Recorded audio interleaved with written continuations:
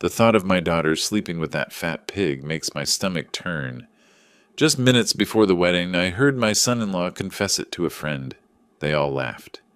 My daughter had no idea about her husband's true character. I forced a slight smile and began to prepare the trap that would leave him with nothing. If you are watching this video, hit the like button, subscribe to the channel, and tell me in the comments where you are listening to my story of revenge from. That Sunday morning, the sun was just beginning to warm the stone steps of the St. Francis Church in the city. I adjusted the knot of my tie, which was too tight for my liking, and ran my hand over my dark suit, trying to smooth out the wrinkles that my nerves had marked since dawn. The guests were arriving little by little, greeting each other with hugs, with pats on the back, and with words of congratulations that I received with a polite smile. "It is finally time, Mr. Robert. Your daughter is marrying a good businessman," an old friend told me while squeezing my shoulder tightly. I nodded without responding too much, because deep down that phrase, repeated so many times in the last few weeks, always left a strange taste in my mouth. In the courtyard, the violins and trumpets of a small band resonated, animating the wait. The air smelled of fresh brewed coffee and sweet pastries, dusted with sugar, that the women of the parish offered to the guests. The laughter, the conversations, and the musical notes mixed, creating a festive atmosphere.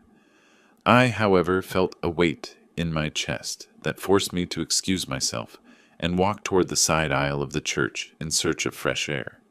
The corridor was paved with large stone slabs. The wind brought with it the sweet perfume of the bougainvillea that adorned the walls, and for a moment I let myself be enveloped by that familiar aroma that I had felt so many times at the ranch.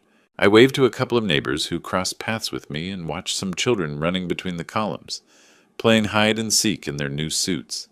Everything seemed normal, like at any country wedding. But as I approached the door of the room where Ben, my future son-in-law, was getting ready, the murmur of voices turned into scandalous laughter that broke the silence of the hallway. I stopped, bewildered. The wooden door was slightly ajar, and it was inevitable to hear what was happening inside. First, I clearly distinguished Ben's voice, that voice that had been shown to be kind in front of me so many times.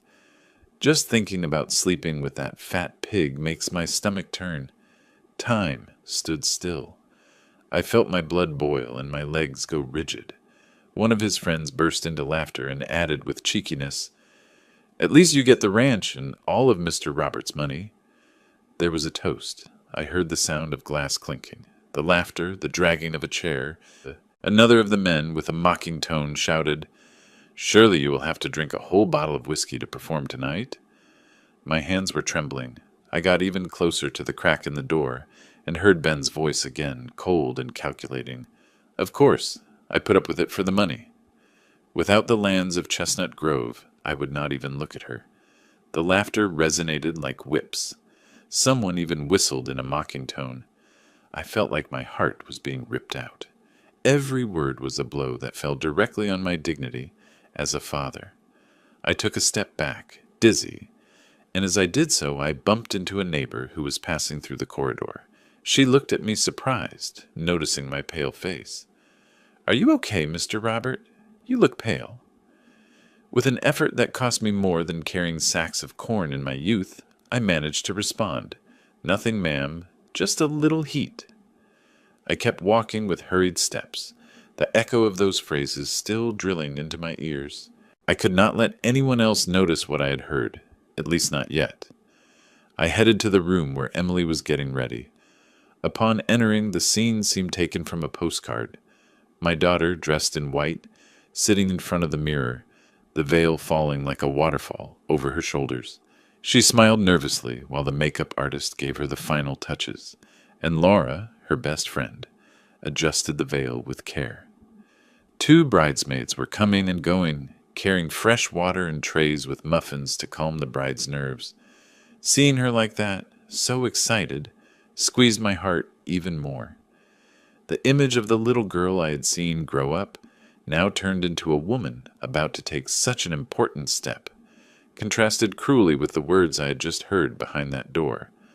I knocked softly, and upon entering, everyone turned around surprised. "I need to speak with my daughter alone," I said with a firm voice.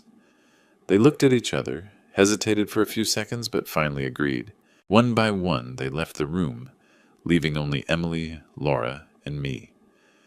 I closed the door slowly, took a few steps forward, and sat in front of my daughter. I noticed how her hands played nervously with the bouquet of flowers, not knowing yet that my world had broken a few minutes before. In that instant, I knew that my daughter's happiness was about to be crushed by the bitterest betrayal, and I, her father, was facing the hardest decision of my life: to stay silent and let her go ahead with a lie, or tell her the truth and destroy in seconds the illusion she had dreamed of since she was a child.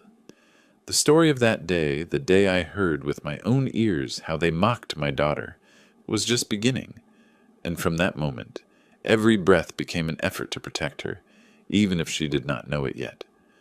I sat in front of my daughter, dragging a wooden chair that creaked on the polished floor.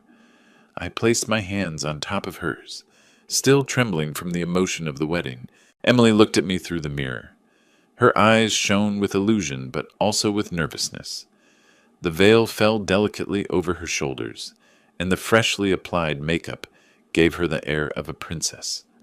I, on the other hand, could barely sustain her gaze, knowing what I was about to say. I took a deep breath, looking for the softest way to start. "Daughter," I said with a hoarse voice, "I need you to listen to me calmly." Outside, in Ben's room, I just heard something that broke my soul. Emily arched her eyebrows, still with that nervous smile on her lips. "What happened, Dad?" she asked, tilting her head. I swallowed hard. There was no way to sweeten what I had heard. "Ben, your fiancé," I said slowly, as if every word weighed tons. "He was laughing with his friends." I heard it clearly. "He said he was only marrying you for the money, for the ranch, and he called you a fat pig." The silence became heavy, interrupted barely by the distant murmur of the guests in the atrium. Emily looked at me in disbelief, opened her mouth, and let out a brief laugh, almost forced. "Dad, that cannot be," she murmured, squeezing the bouquet tighter. "You heard wrong. Ben always tells me I am beautiful." "Always." I saw how her lips trembled and how her eyes began to get wet. "No, daughter," I responded firmly. I did not hear wrong. He repeated it several times. His friends were making fun of you, and he himself confirmed it. Emily shook her head. The tears began to run down her cheeks, ruining the makeup little by little. Laura, who was behind her adjusting the veil, intervened immediately. "Mr. Robert, with all due respect, perhaps someone is inventing things. I have seen how much Ben takes care of her. He is always attentive to Emily. He treats her with affection." I turned to look at her. In her face there was a cold security, too firm to be innocent. Her hands squeezed Emily's shoulders as if she wanted to keep her in that seat. "Laura, I am not speaking from rumors. I heard it with my own ears," I insisted, raising my voice a little. Emily sobbed, covering her face with both hands. The bouquet fell on her legs. "No," she moaned. "I do not want to hear it. It cannot be true." Laura caressed her back with a protective gesture. "Friend, do not let this ruin your day. Nerves make one imagine things. Your dad is just worried, but we must not exaggerate." I clenched my fists on my knees, fighting against the helplessness. "Emily," I continued softer, "I would give my life for you. I would not lie to you about something like this. I prefer you to hate me for telling you the truth than for you to suffer from a deception." She lowered her hands and looked directly at me. Her eyes, red, were full of confusion. "Dad, do you really believe that Ben does not love me? That everything is for money?" I nodded with regret. "Yes, daughter, that was what I heard. And it hurts me more than anyone to have to tell you." Laura took a step forward, crossing almost between Emily and me. "Mr. Robert, I am sorry, but I think you are letting your prejudices speak for you. Ben is a hard-working man, a businessman. It is natural that he talks about money, but that does not mean he does not love Emily. I noticed how Laura sought Emily's gaze, as if trying to sow doubt in her towards me. In that instant, someone knocked on the door. One of the bridesmaids poked her head in, hurried. "Quick, it is time. The priest is waiting for you." The sound of the bells began to resonate strongly in the church, marking that the ceremony had to begin. Emily wiped her tears with the back of her hand, trembling. Laura took a handkerchief from her purse, opened it, and with agile movements fixed the smudged makeup. "Come on, friend," she told her in a low voice. "Do not ruin this day. Do not think about ugly things." Emily took a deep breath, took the bouquet again, and nodded. I remained standing, mute, watching as my daughter stood up and instead of hugging me or believing me, clung to Laura's arm like a lifesaver. "Dad, please, do not say anything else." "Not now." The words went through me like a knife. I wanted to reply, but the urgency of the moment gave me no space. Emily left first, followed by Laura, who threw me a look I will not forget, a mixture of challenge and triumph. I walked behind with heavy steps. In the side aisle, the guests were crowded together. The music of the band was already tuning the instruments for the reception. The voices mixed in a growing murmur. The emotion of the moment wrapped everyone. We arrived at the main entrance. Emily appeared on the threshold, radiant, with a forced smile on her lips. Ben was already waiting for her, impeccable in his suit, with an expression of insulting security. My daughter took him by the arm. The people began to applaud and murmur. What a beautiful bride! What pride for Mr. Robert! I, in the middle of all those comments, felt a knot in my throat. I headed to my seat in the front row, still listening to the echo of that cursed phrase that had destroyed me minutes before. I saw Emily walk toward the altar, clinging to the man who had humiliated her without her knowing it, and while the guests said that I should be proud, the only thing I felt was unbearable pain, as if every step of my daughter toward the altar took her a little further away from me. The church organ began to play. Everyone stood up. I remained seated for an instant, breathing deeply, trying not to collapse in front of everyone. In the end, I stood up slowly, with my eyes fixed on my daughter, knowing that she was entering the wolf's mouth, and I, her father, had not managed to stop her. The church bells rang out with force, filling every corner of that old temple. The murmur of the guests died down as everyone sought their places on the polished wooden benches, which shone under the light that filtered through the colored stained glass windows.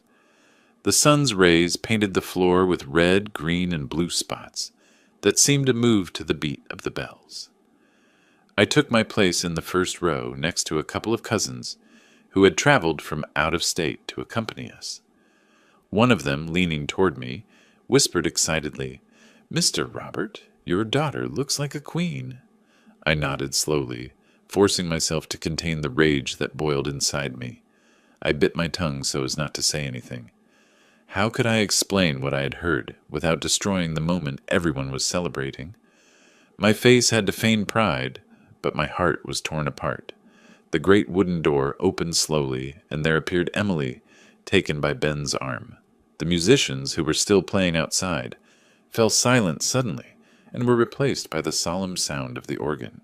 The echo of those notes traveled through the central nave like a long sigh. The guests stood up, turned their heads, and let out exclamations of admiration. "How beautiful!" someone murmured. "She looks like a princess," said another voice. I looked at her with a divided soul. Her smile was luminous, and her eyes shone like those of the girl who once hid behind my legs at the ranch. But behind that smile was a blind innocence, a wrong love that I had not managed to prevent. Ben walked by her side with a firm step, his chest raised. From time to time he adjusted his tie, and threw complicit glances at some of his friends, sitting near the aisle. He even sketched a twisted smile, almost mocking that only I seemed to notice. The priest began the ceremony. His deep voice resonated on the high ceiling of the church. The choirs responded with soft songs that mixed with the murmur of prayers. Everything was perfect in appearance, except for the unbearable weight I carried in my chest. My hands gripped the edge of the bench with so much force that my knuckles turned white. In front of me, Emily advanced step by step toward a destiny that I knew was poisoned. When the moment of the vows arrived, I heard how her voice trembled with emotion, repeating the words the priest indicated to her. Ben, on the other hand, recited the phrases with exaggerated security, like someone interpreting a role already rehearsed. I observed him with silent hatred, while he looked at my daughter with eyes that I already knew were false. Upon exchanging the rings, the young people of the choir sang a sweet song that brought tears to several guests. I, on the other hand, only felt a pang in my stomach. Laura, always close, adjusted Emily's veil in that instant and threw me a quick, enigmatic look, as if she knew something more than she showed. That woman did not inspire trust in me, and even less so in that moment. The I do resonated loudly in the walls of the church. The people burst into applause. The bells rang out again, and the priest raised his arms to bless the union. I lowered my head, closing my eyes for an instant, trying not to show the bitterness that consumed me. Upon leaving, the atrium filled with confetti and rose petals that rained on the newlyweds. The band played again, this time with festive energy. Children ran behind the couple, throwing streamers. Women shouted, "Long live the bride and groom!" and the air smelled of gunpowder from the fireworks that thundered in the distance. Emily, radiant, waved with her hand, thanking every congratulation. Ben raised the glass of champagne that someone had offered him, toasting with everyone as if he were the owner of the party. A caravan of cars waited at the entrance. The bride and groom got into a car decorated with white flowers and cans hanging from the rear bumper. I was invited to take a place in an old truck with several relatives. The engine roared as we advanced toward the ranch on the outskirts of town where the banquet would be celebrated. On the way, my relatives commented enthusiastically. "That Ben has a good head for business, right?" said one. "With him, the Chestnut Grove Ranch is going to prosper more than ever," added another. I remained silent, looking out the window at the fields that extended until they were lost from sight. No one could imagine that what I had heard that morning turned those praises into knives that pierced me inside.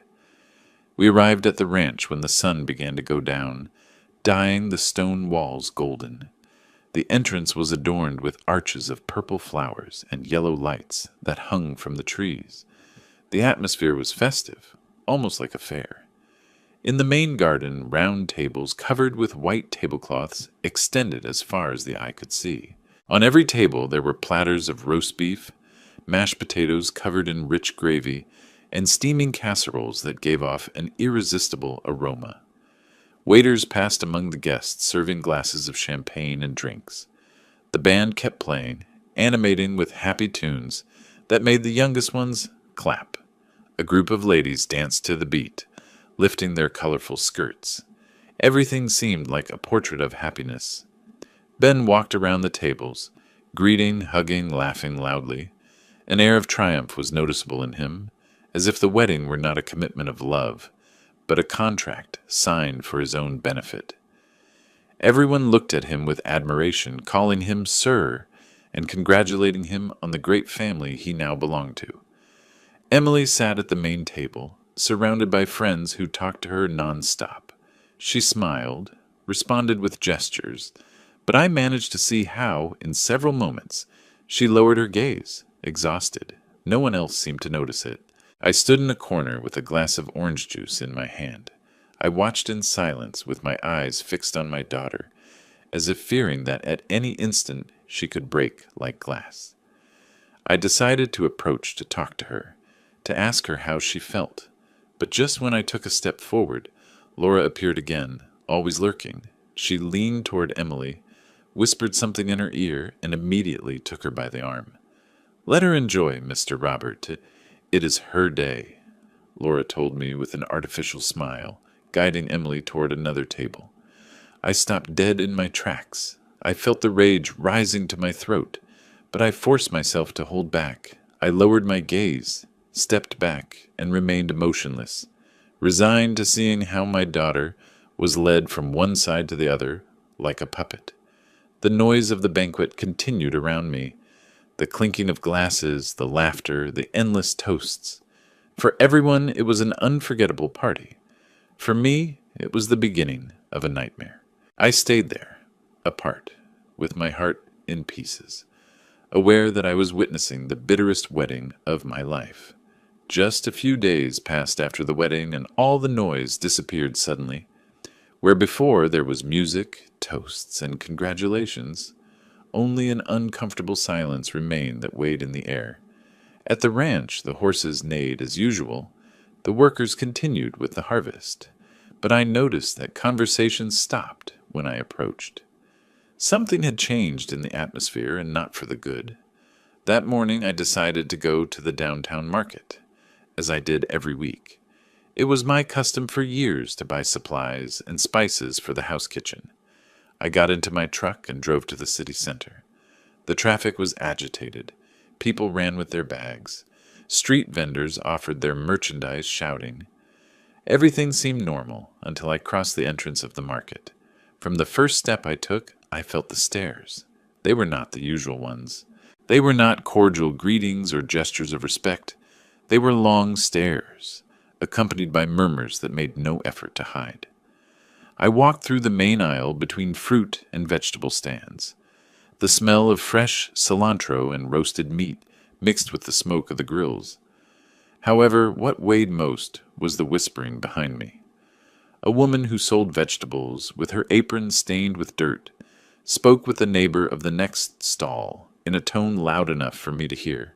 They say Mr. Robert invented things about his son-in-law out of jealousy of losing his daughter. The other woman let out a dry laugh and replied, with so many demands that old man has, obviously he scares away the suitors. I kept walking without stopping, but the words pierced me like needles. I stopped in front of a spice stand, where the owner, an older lady who had known me for years, barely greeted me. Normally she offered me samples, or asked about the harvest at the ranch. This time she lowered her gaze and limited herself to weighing the order in silence. When I extended my hand with the money, her fingers barely brushed mine, as if she were afraid to get too close. I put the bags in my satchel and turned to leave. It was then that I heard the laughter of a group of young people who were near the butcher shop. One of them shouted sarcastically, imitating a crude voice, "Fat pig! Fat pig!" The laughter exploded around. They were the same words I had heard from Ben's mouth days ago, now turned into public mockery. I felt shame burning my face. I gritted my teeth, lowered my head, and squeezed the satchel tightly in my hand. I said nothing. I kept walking with long steps, dodging people until I went out to the street. The city air hit me full on, but it did not cool my rage. On the way back, I passed an alley where a group of children were playing ball. As soon as they saw me, they dropped the ball and began to run around me, shouting in chorus, "Fat pig! It is the fat pig!" And they started laughing, escaping between bursts of laughter. They did not know what they were saying. They were just children repeating what they heard in their homes, but every syllable weighed on me like lead. I stood still for a moment, watching them move away without saying a word. Pride prevented me from showing pain in front of them. Upon arriving back at the ranch, the landscape looked the same as always. The workers were in full swing, cutting the ripe fruit and loading it into wooden crates. I greeted them as always. They responded with courtesy, bowing their heads. But I noticed something different in their eyes. A couple of young men looked away quickly, as if they did not want to face me. It was then that Julian approached, an old farmhand who had worked with me for more than 30 years. With his hat in his hand, he leaned a little and whispered to me in a low voice, almost paternal, "Mr. Robert, do not pay attention. The town talks a lot." I thanked him with a gesture, but his warning only confirmed what I had already sensed. The people had begun to believe Ben's lies. That night I sat on the porch of the main house, looking toward the horizon. The sky was clear, and in the distance the city lights could be seen blinking like a swarm of fireflies. Dogs barked at some neighboring ranch, and the song of crickets filled the darkness. I rested my elbows on my knees with my head between my hands. In my life, I had faced droughts, loss of crops, even the death of my wife, but I had never felt an isolation so cruel as this. Knowing that my own community, the one that had seen me work the land for decades, now looked at me like a resentful and ridiculous old man, was a pain difficult to swallow. I lit a cigar and watched the smoke rise in spirals in front of me. Every puff was a useless attempt to expel the shame that oppressed my chest. The night wind brought the smell of the flowers and the dust of the roads, but not even that familiar aroma managed to calm me. I stayed there until late, listening to the distance of the city and the solitude of my own thoughts, and I understood that what had started as an insult in the mouth of a despicable man had now become an echo that propagated through the whole town. I, Robert, the man who had dedicated his life to the ranch and his family, was starting to become the target of mockery. The silence of that night made it clear to me it was no longer just about protecting my daughter. Now I also had to recover my honor, before they buried it completely under laughter and rumors. It was a hot afternoon, one of those where the air seems to stand still over the city streets. I still felt on the back of my neck the weight of the rumors that were repeated in the market, in the square, even in the chats of the ranch workers. I decided, without thinking too much, to visit Emily in her new house over in the historic district, where she had moved with Ben after the wedding. The neighborhood was silent, almost elegant, the houses with old facades, with iron balconies and cream-colored walls, seemed to look at me with indifference. The trees were in bloom, and their purple petals fell on the pavement like a carpet. In the middle of that calm, some children played ball in the street, shouting and laughing. An older lady sitting on the sidewalk embroidered with patience and looked up just to greet me. I stopped in front of the door of Emily's house. I took a deep breath, knocked softly. A few seconds passed and the door opened. There was my daughter, with a tired face, marked circles under her eyes, but with that forced smile that hurt me more than any insult. "Dad, what a surprise," she said, trying to sound cheerful. I hugged her briefly and entered. The smell inside was a mixture of strong tobacco, liquor, and new paper. The living room was in disorder. On the center table there were several glasses with remains of wine, full ashtrays, and papers scattered everywhere. In the corner I saw Ben sitting behind an improvised desk. In front of him he had a pile of folders and documents. A half-consumed cigar rested in the ashtray, leaving a cloud of smoke that filled the room. With the other hand he held an elegant pen. By his side, Emily signed one sheet after another, without even stopping to read. I approached slowly. I felt a blow to the stomach, seeing how my daughter, trusting, gave her signature as if it were nothing. "What are you signing, daughter?" I asked, placing a hand on the back of her chair. Emily looked up just for an instant, smiling with fatigue. "Dad, they are minor procedures for Ben's company. Nothing to worry about." Before I could say anything else, Ben raised his head, flashed a smile that froze my blood, and added with a soft voice, "Exactly, Mr. Robert. They are just administrative documents. Nothing important." I did not move. My eyes scanned the disordered papers, and between the bold lines I could distinguish several times the phrase, "power of attorney." I also read clearly, "Chestnut Grove Ranch." I felt my hands freeze. Ben stood up, took a bottle of tequila from the sideboard, and poured 3 glasses. He extended one to me with a kind gesture. "Are you staying for dinner, Mr. Robert? A drink before the meal will do you good?" I shook my head, trying to maintain calm. "No thanks. I was just passing by to see how you were. I have to return early to the ranch." Emily got up from the chair and went to the kitchen. The sound of plates and glasses was heard in the distance. I took advantage of those seconds. I leaned over the table. With trembling hands, I discreetly opened one of the folders and, pretending to adjust my glasses, took the cell phone out of my pocket. I took quick photographs of every sheet. My heart beat like a drum inside my chest. I read fragments. Land mortgage, loan guarantees, transfer of rights. It was enough to confirm the worst. Emily's footsteps resonated in the hallway. I put the phone away suddenly, closed the folders, and let myself fall into an armchair, pretending to browse a magazine that was there. Ben, watching me from his seat, took a puff of the cigar and exhaled the smoke calmly, as if enjoying a secret that I was just discovering. Emily entered carrying a tray with sandwiches and a pitcher of hot coffee. She left it on the table with a weak smile. "Dad, try some. They're still hot." I took one, barely tried a bite. The cheese tasted bitter to me. "Thanks, daughter, but I must go. I have pending matters at the ranch," I lied, getting up quickly.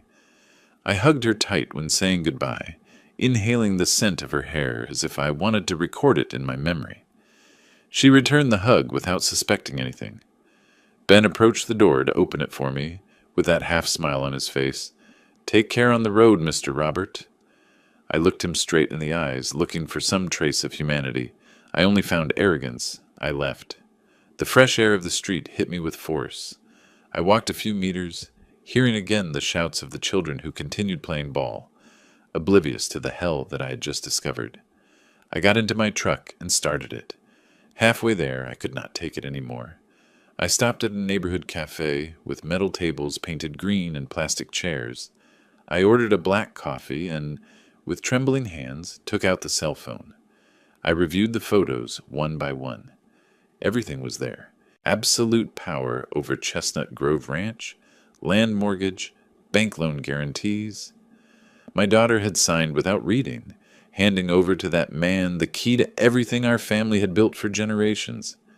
I stayed looking at the screen for a long time, with a cup of coffee getting cold between my fingers. People entered and left the place. The bustle of the city followed its course, but I was paralyzed. The world suddenly seemed to wobble under my feet. In that instant, I understood that what I had heard the day of the wedding was not just a passing insult. It was the prelude to something much darker. Ben not only despised my daughter, he was using her as an instrument to strip the inheritance, our entire life. I finished the coffee in one bitter gulp, stood up, and walked back to my truck. I started the engine and returned to the ranch. In the rearview mirror, I saw how the city was left behind, and in my mind, there was only one idea. I could not stay with my arms crossed. Not this time. Emily's signature, stamped again and again on those papers, was a chain that tied us to the destiny of that man. And I knew that, if I did not act soon, the Chestnut Grove Ranch would stop being our home to become the booty of an imposter. I promised myself that night, driving under the lit sky, I was going to unmask Ben, even if it cost me my life. The next morning I could barely sleep. The noise of the roosters at the ranch found me sitting at the kitchen table, with the papers photographed on my cell phone and a coffee that had gone cold. My heart was beating hard. I knew I had to move fast. I prepared a briefcase, put away the printed photos, and drove toward the city, where Victor was waiting for me, an old lawyer who had been a friend of my family for decades. His office was in an old building with dark wooden walls and a smell of dust mixed with printer ink.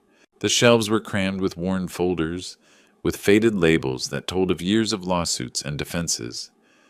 Victor received me standing, with his white hair combed back and those glasses that always slid down his nose. "Come in, Mr. Robert. Sit down." I took the photos out of the briefcase and handed them to him. He observed them carefully, one by one, frowning more and more. "This is serious, Mr. Robert. With these signatures, your son-in-law can sell the whole ranch.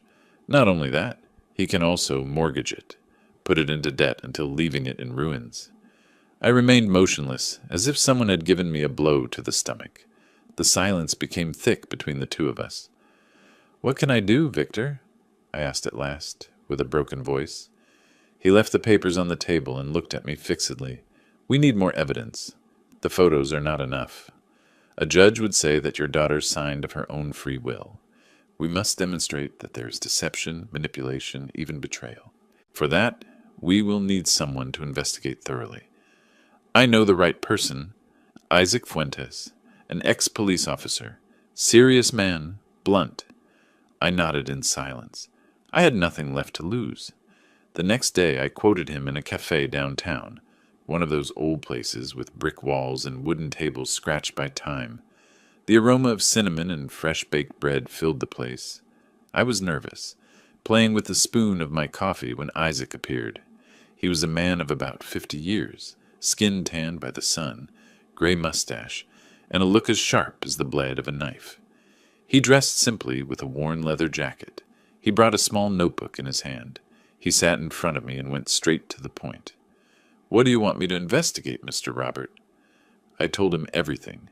The insult I heard at the wedding, the rumors of the town, the documents Emily had signed. I passed him the photos I kept on my cell phone. He looked at them without flinching, took a sip of black coffee, and nodded. "I will follow him. That guy does not seem clean. I promise to bring you something solid." We shook hands and he left just like that, leaving behind a strong smell of tobacco and leather. The following days were eternal. At the ranch, I tried to occupy myself checking the harvest, giving orders to the workers, but in every break I checked the cell phone, waiting for news from Isaac. Finally, one night, it rang. I found him. "Come to the hotel. I have proof for you." My heart accelerated. I drove to the historic center where he was waiting for me in a discreet hotel with an old facade. I went up some narrow stairs and found him in a small room, with the curtains closed. On the table was a thick envelope and his open laptop. He handed me the envelope first. I opened it with trembling hands. Inside there were clear photographs.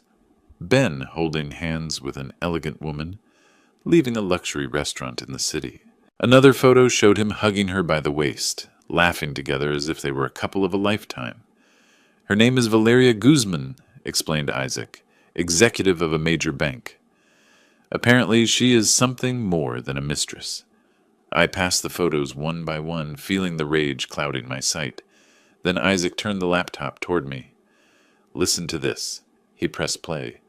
Ben's voice came out clear, unmistakable. "That Emily is easy to manipulate. With her signatures, the entire chestnut fortune will be ours." Afterward, Valeria's shrill laugh filled the room. "Putting up with a little pig is worth it for so much wealth." Then the sound of glasses clinking and more laughter. I froze. The air got stuck in my lungs. My hands were sweating. For a moment, I thought the ground was going to open under my feet. Emily, my daughter, the woman who still slept hugging the illusion of a happy marriage, was being used and ridiculed in the cruelest way. Isaac turned off the recording, poured black coffee into a styrofoam cup, and put it in my hand. "Here's what you needed, Mr. Robert. Evidence? Now it depends on you what to do with it." I looked at him without being able to articulate a word. I only nodded, put the envelope and the file on a USB drive that he gave me. I left the hotel with weak legs. The night air hit my face, but it did not relieve me. I drove back toward the highway, and passing a taco stand, I stopped. I ordered one, had it in my hand, but my stomach closed up. The meat, the cilantro, the red sauce, everything smelled good, but it was impossible to swallow. I stayed sitting in the car with the food intact on the paper plate, looking at the photos on the cell phone again and again. Ben's face, smiling next to that woman, chased me like a demon. The words of the recording resonated without pause in my head. Little pig, fortune, manipulate. I knew that was only the beginning. What I had in my hands was not the end of the betrayal, but the proof that the war was just beginning. And I, at my 68 years, was going to have to fight it. I started the engine, left the food on the seat, and drove back to the ranch, with the rage and pain lit like coals in my chest. After listening to the recordings and seeing the photos that Isaac had shown me at the hotel, I could not sleep all night. The image of my daughter being deceived consumed me, and although I already had proof of Ben's adultery and his plan of dispossession, something told me that a piece was still missing to complete the puzzle. Isaac, as if he had read my thoughts, called me a couple of days later. His voice sounded grave, direct. "Mr. Robert, there is someone else. Ben's brother-in-law, Arthur Ramirez. He lives on the outskirts of the next town in a cheap bar. He can be the key piece. I did not hesitate. I prepared my old blue Ford F-150 truck, the same one I had used for years to take crops to the market, and left at dawn toward the highway. The road stretched endlessly between cornfields and rows of crops that shone under the sun. The old radio barely managed to tune into country music, and every song reminded me of the loneliness I was carrying. As I approached the town, the mountains began to draw long shadows, and houses appeared on the sides with their faded facades. The town, with its stone streets and colonial houses, received me with a melancholic air. The smoke from food stalls rose in every corner. I asked a couple of times until finding the bar that Isaac had described to me. The building seemed forgotten by time, walls stained with humidity, a neon sign half working, and a wooden door that creaked when pushed. Inside, the gloom was charged with cigarette smoke and the echo of a sad song playing on an old jukebox. I saw him in the back in a secluded corner. Arthur Ramirez, Ben's brother, was hunched over the table, with a bottle of cheap beer in front and a wrinkled shirt. His messy hair and red eyes spoke of a sleepless night, and I approached slowly, dragged a chair, and sat in front of him. I am Robert, from Chestnut Grove, Ben's father-in-law. Arthur raised his head. His cloudy eyes looked at me with contempt. Did you come to defend that wretch? Go away. I have nothing to talk about with you people.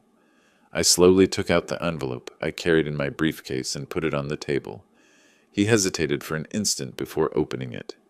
His hands trembled as he passed photo after photo. Ben smiling, hugging Valeria Guzman as if they were a married couple. Arthur's jaw began to tense. Damn him! Just like always, he spat with rage. I then took out the cell phone and played the recording. Ben's voice resonated between the stained walls of the bar. That Emily is easy to manipulate. With her signatures, the entire Chestnut fortune will be ours. A dense silence fell over the table. Arthur squeezed the beer bottle until his knuckles turned white, and suddenly he smashed it against the table, spilling foam. Several people turned to see us. The bartender, accustomed to scenes like that, kept cleaning glasses as if nothing happened. Arthur looked at me with glassy eyes and began to speak, almost spitting every word. That unhappy wretch ruined us. He convinced my father to invest in a business that never existed. He left him without a dime. My old man, upon discovering it, collapsed from a heart attack. My mother, since then, is in bed, unable to move. And he continued living as if nothing happened, lying, swindling, swearing that everything was for our good. I swallowed hard. Hearing that story was like confirming what I already sensed. Ben had not only deceived Emily, he led a whole life leaving destruction in his path. Arthur, I need your testimony. It is not just for me. It is for my daughter. For justice. He hesitated, lowered his gaze, took a long drink of the little that remained of the beer.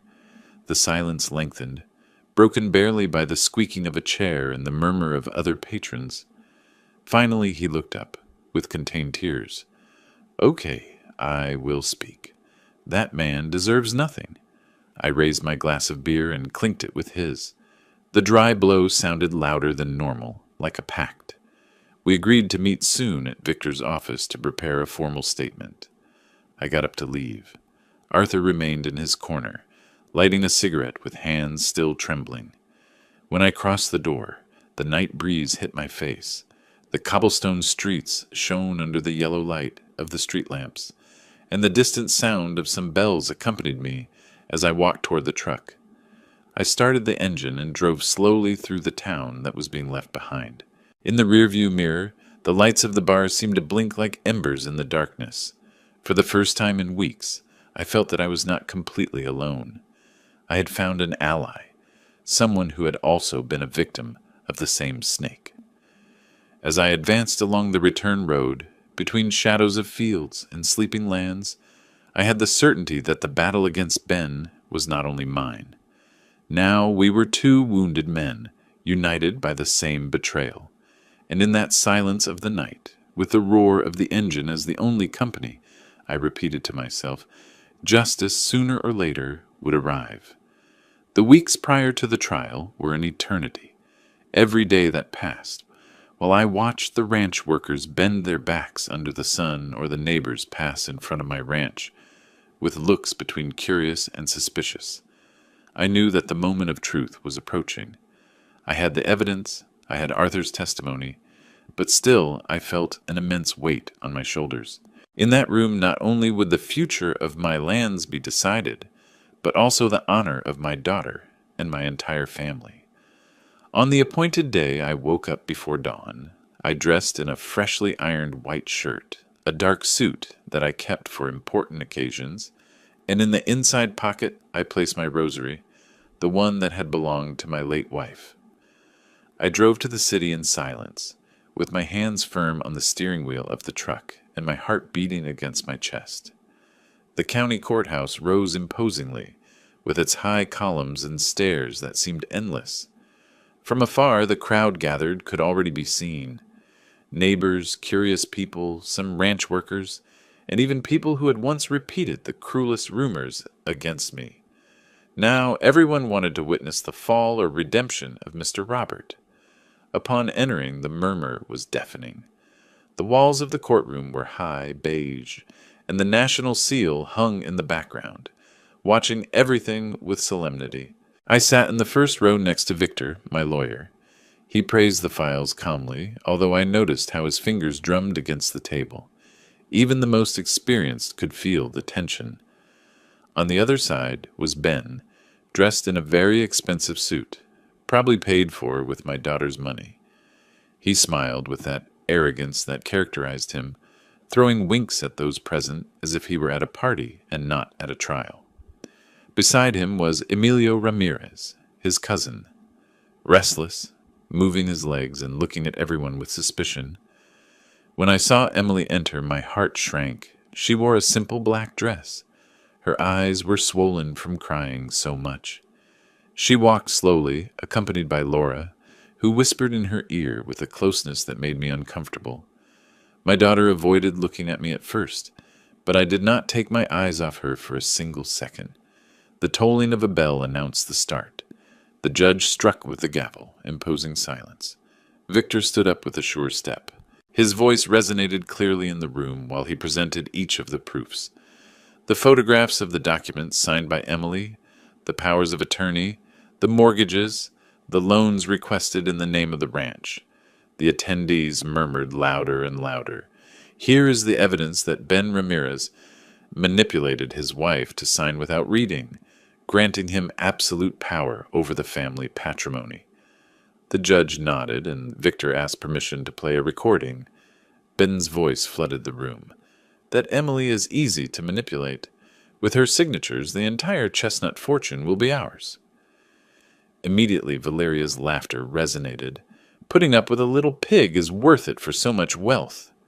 The murmur turned into a wave of indignation. I heard several women cover their mouths.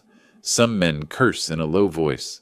I saw Emily shrink in her seat, with tears running down her face. Ben, red with fury, stood up suddenly. "Lies! That is a montage." The judge hit the table. "Silence! If you interrupt again, you will be expelled." Victor remained firm without losing his composure. Then he called Arthur Ramirez. I saw him enter through the side door, transformed. He was no longer the defeated man of the bar, but someone who had decided to stand up against his own brother. He wore a clean shirt, his hair combed back, and in his hands he held a small wooden cross. He stood in front of the judge and began to speak with a hoarse voice, but clear. "That man, my brother, destroyed my family. He convinced my father to invest in a fake business, left him in ruins, and killed him with a heart attack. My mother remained bedridden since then. I saw him do it. I heard him lie. And now I know he does the same with his family." The entire room remained silent. Some people sobbed. Others murmured, "That one tells the truth. Poor family." Ben stood up again, trembling with rage, and pointed at Arthur. "You are envious. You always were." 2 guards held him by the arms to force him to sit down. The judge made a gesture to Emily. Everyone held their breath. My daughter stood up, trembling, with her hands pressed against her chest. Her broken voice filled the room. They deceived me. I trusted him, but I want a divorce. The words rumbled like thunder. There was an instant of absolute silence, and then the room exploded in applause and exclamations. The ranch workers who had come to support me stood up. Some even shouted, "Justice! Justice!" I squeezed my rosary tightly. My lips moved in a silent prayer while I felt my eyes fill with tears. Emily, for the first time in a long time, turned her head toward me.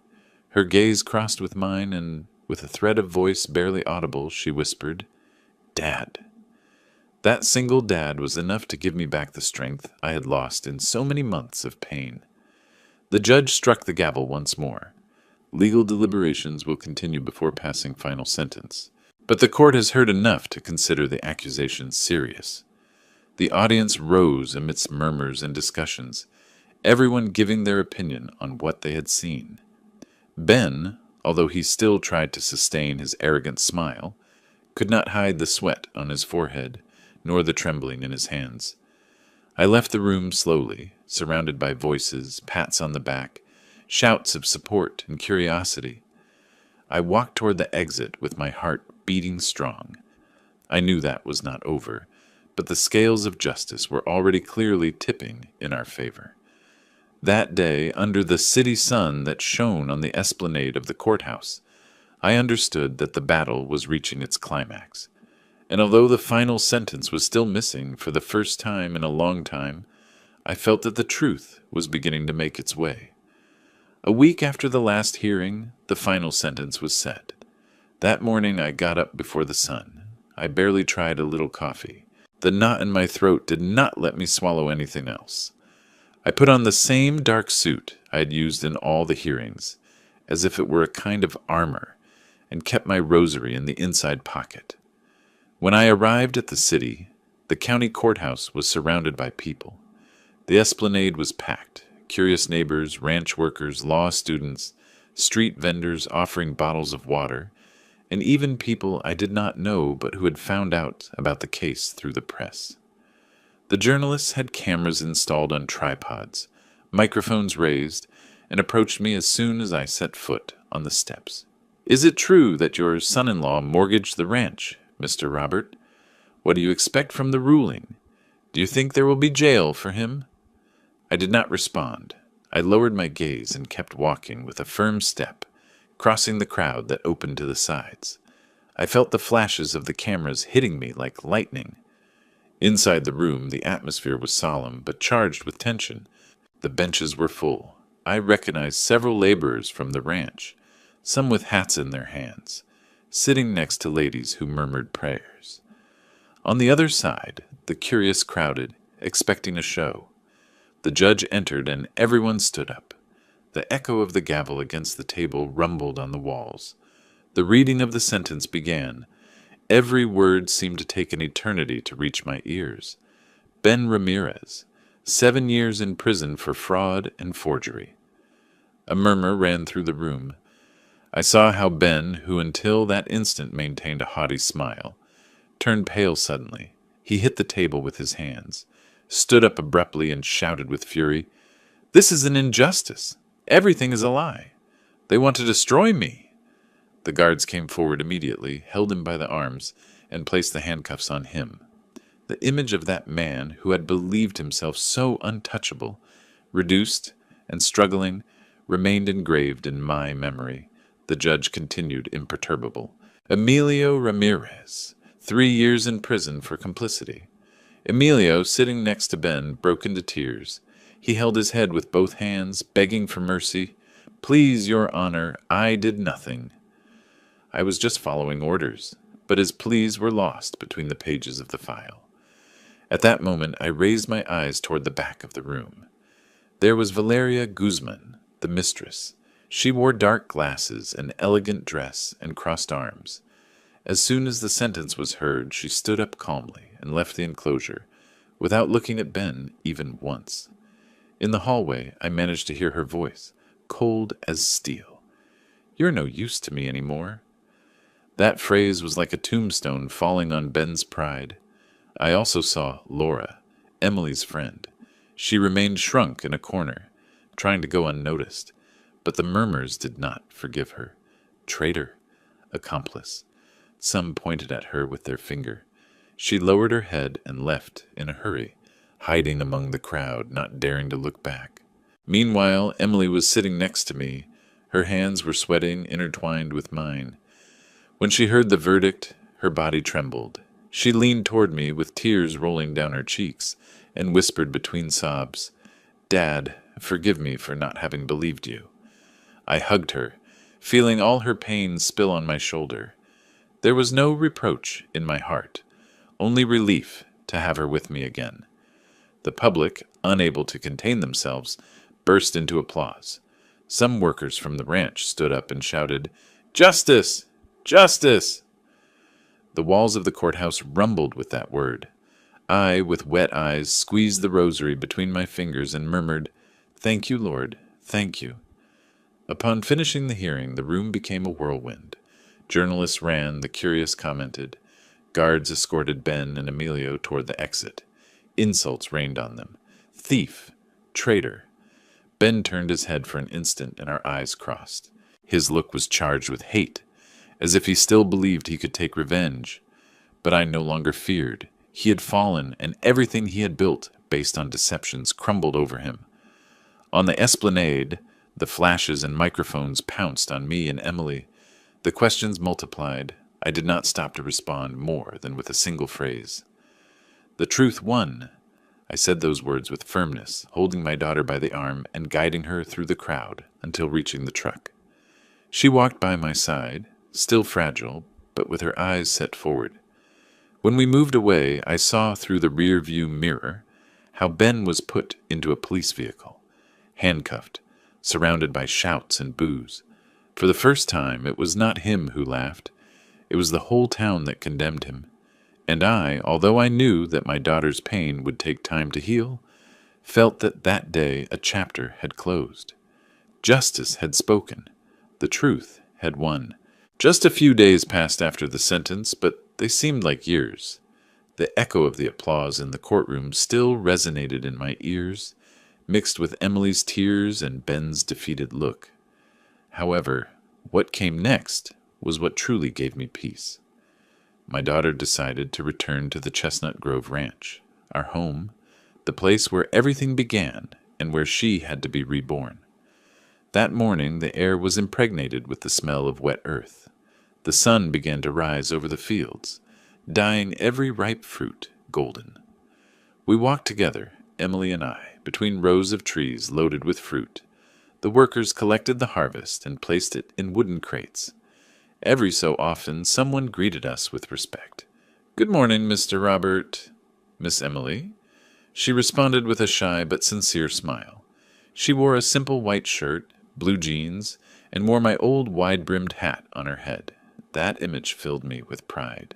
Seeing her with a firm step, writing in her notebook and talking with the administrator about sales contracts to the local supermarket. For the first time in a long time, I saw her secure, strong mistress of herself. While she reviewed numbers and gave instructions, I went to the stables. I checked the cattle with the farmhands, felt the wood of the corrals, observed the animals feeding in silence. When I returned, I found Emily laughing with a group of workers who surrounded her. One of them, with a loud voice, said what everyone thought. "Miss Emily, now you are in charge." Her words reached me like a balm. Those men and women who had doubted me when rumors poisoned the town, now recognized in my daughter the heir of the ranch, and in me the figure who never gave up. At noon we sat on the porch of the main house. The wooden table was served with steaming stew, crispy biscuits, and large pitchers of iced tea. The wind blew softly, bringing the smell of the ripe fruit mixed with the humid earth and the song of the birds. Emily looked at me with firm eyes, different from those of the naive girl who had walked toward the altar weeks ago. "Dad, I'm not the same anymore. I learned not to trust blindly. Now I want to take care of what belongs to us." I lit a cigar, inhaled deeply, and with a serene smile, put my hand on her shoulder. That is what I always wanted for you, daughter, that you knew how to defend yours. In the afternoon, we took a walk through the whole ranch. We walked to the garden of purple flowers, the one her mother had cared for with so much love. Emily stopped in front of the place, placed a small bouquet of flowers on a framed photograph of her that still rested in the main room. She remained in silence with her hands together, and I knew that in that gesture there was as much pain as hope. The night fell slowly, with the city sky illuminated by a blanket of stars. I sat on the wooden balcony in the old rocking chair that had been my refuge so many times. On the table, next to me, rested the photo of my wife, some books yellowed by time, and a cup of hot coffee. Emily, on the other side of the table, browsed a contract with concentration, underlining some points with a pencil. The oil lamp illuminated her face, and for the first time I saw in her the determination of a woman who had suffered, but had not broken. The silence was broken by the crickets and the distant singing of the workers who had stayed to watch the harvest. Emily looked up and gave me a calm smile. "Thank you, Dad, for not giving up." I raised my coffee cup, held it for a few seconds, and looking her in the eyes, responded with a firm voice. "The sweetest revenge was not seeing him in prison, but seeing you free and standing, my daughter." We stayed like that, sharing that instant. Me in my rocking chair, her with her papers, and the ranch illuminated in the distance with the voices of the workers singing old country songs. It was the sound of a new beginning. In that moment, I understood that all the pain, the humiliation, and the struggle had had a purpose: to give my daughter back her freedom and give our family back its dignity. And while the stars shone above us, I knew that the Chestnut Grove Ranch, our home, was back in the right hands. I have learned in my own flesh that blind trust can destroy us, but also that a father's love never gives up. Today I look at my daughter free, standing and stronger than ever, and I know that all the pain was worth it. The lesson I take with me is clear. Never let anyone trample on your dignity or that of yours. The truth always finds its way, however late.